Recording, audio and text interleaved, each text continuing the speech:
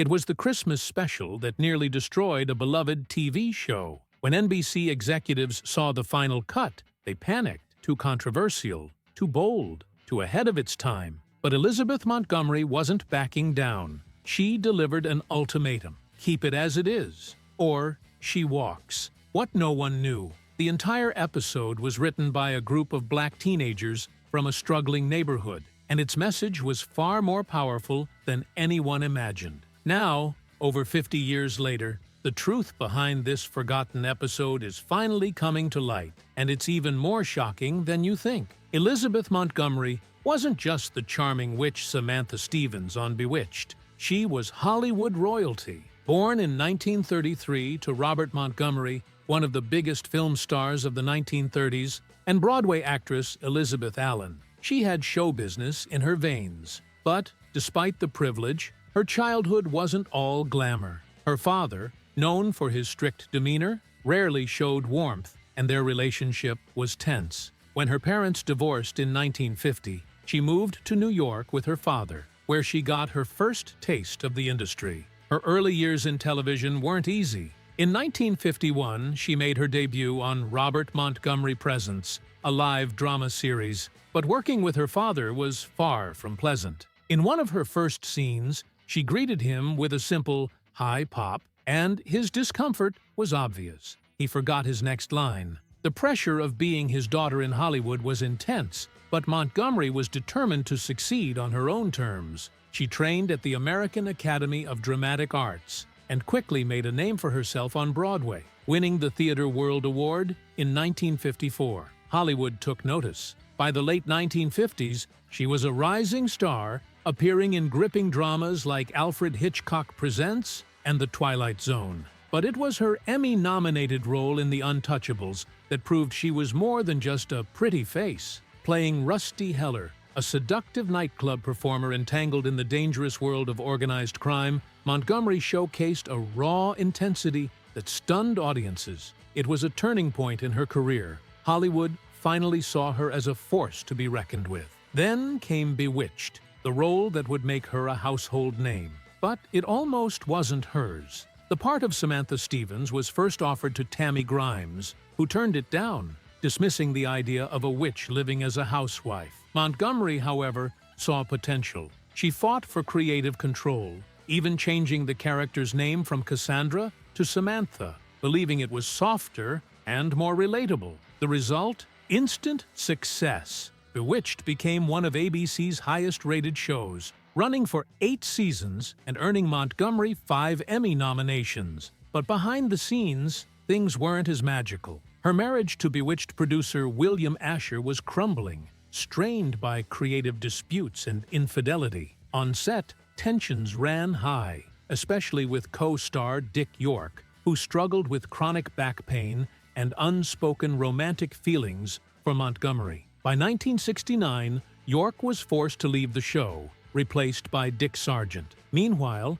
Agnes Moorehead, who played Endora, clashed with Montgomery over creative decisions, though they shared a mutual respect. Despite the personal and professional struggles, Montgomery remained dedicated to her craft. And then, in 1970, she took the biggest risk of her career. Bewitched's Christmas episode that year, Sisters at Heart, was unlike anything television had ever seen. The storyline followed Samantha's daughter, Tabitha, and her best friend, Lisa, a black girl. When a child tells them they can't be sisters because of their different skin colors, Tabitha casts a spell, giving herself black polka dots, and Lisa white ones. The episode tackled racism head-on. With a powerful twist, Samantha uses magic to expose a bigoted businessman's prejudice by temporarily changing his own skin color. The message was clear, but the way it was delivered was groundbreaking and controversial. NBC executives were horrified.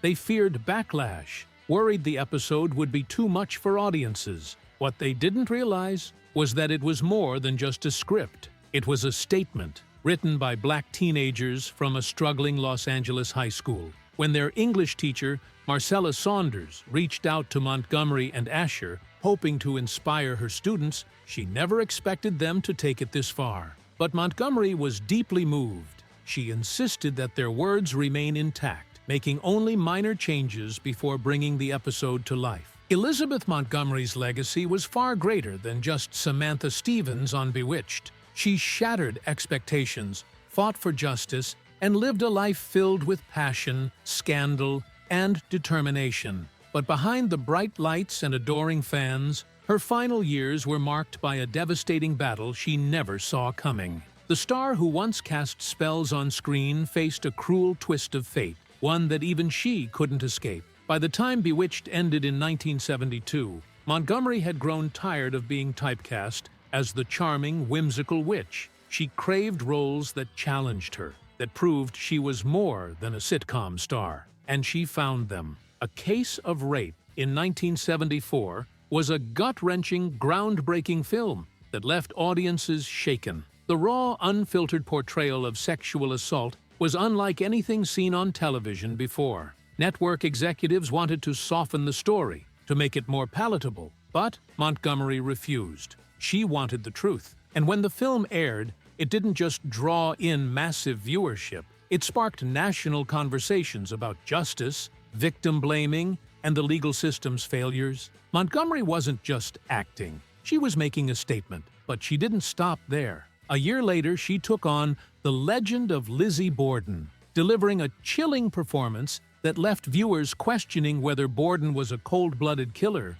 or a misunderstood woman trapped by circumstances. It was eerie, unsettling, and miles away from Samantha Stevens. It worked. She earned an Emmy nomination, proving she had successfully reinvented herself. She continued this streak with The Awakening Land, transforming into a resilient frontier woman navigating a changing world. Montgomery was no longer just a sitcom star, she was a force to be reckoned with. Off-screen, her life was just as dramatic. 4 marriages, affairs that made headlines, and a tangled web of love and heartbreak. Her first marriage crumbled within a year, her second was consumed by alcoholism and toxicity, and her third, though filled with success, was marked by betrayal. When Bewitched ended, so did her marriage to William Asher, the show's producer. Their relationship had unraveled, in part due to an affair with the show's director, Richard Michaels. The scandal rocked Hollywood, but Montgomery didn't slow down.